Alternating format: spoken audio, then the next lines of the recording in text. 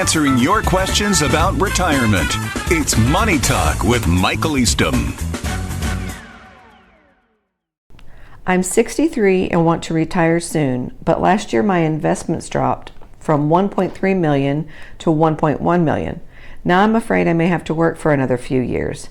I've been a saver all my life and have always managed my money.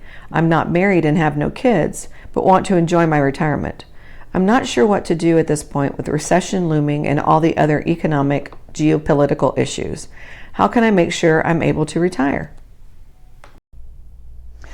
Well, this is another great question, and congratulations on being such a good saver.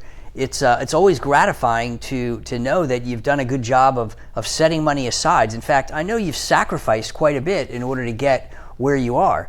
The fact that the market value of your accounts has dropped pretty significantly is telling of the types of vehicles that you're actually likely to be invested in. And I think there are a couple of things that you have to take into consideration.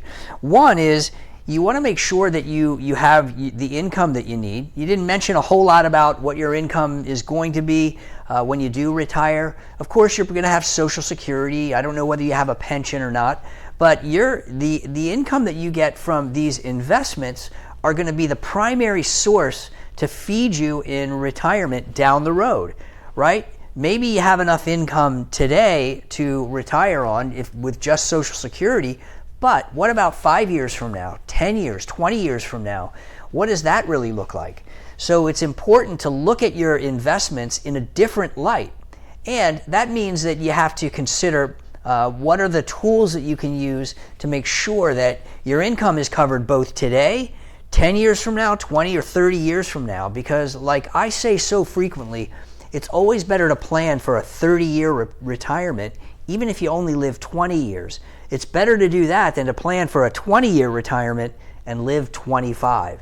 That causes a lot of financial problems. Now, in your particular situation, once you've determined, hey, I've got all my income needs met, I've got all the goals that I want to do in retirement, I got the income for those types of things, now we can look at the money a little bit differently.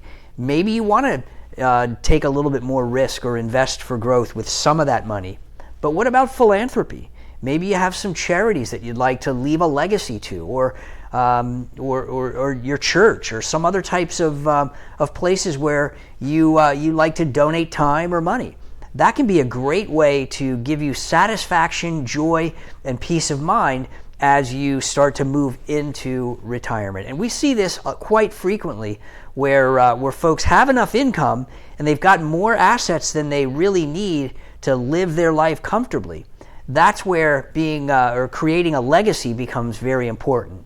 And how do you do that? There are a lot of different ways. I'll probably answer that one in another question. But thanks so much for submitting that one, and we'll be happy to help you out. Certainly give us a call and we'll go into a little bit more detail with you. Thanks so much.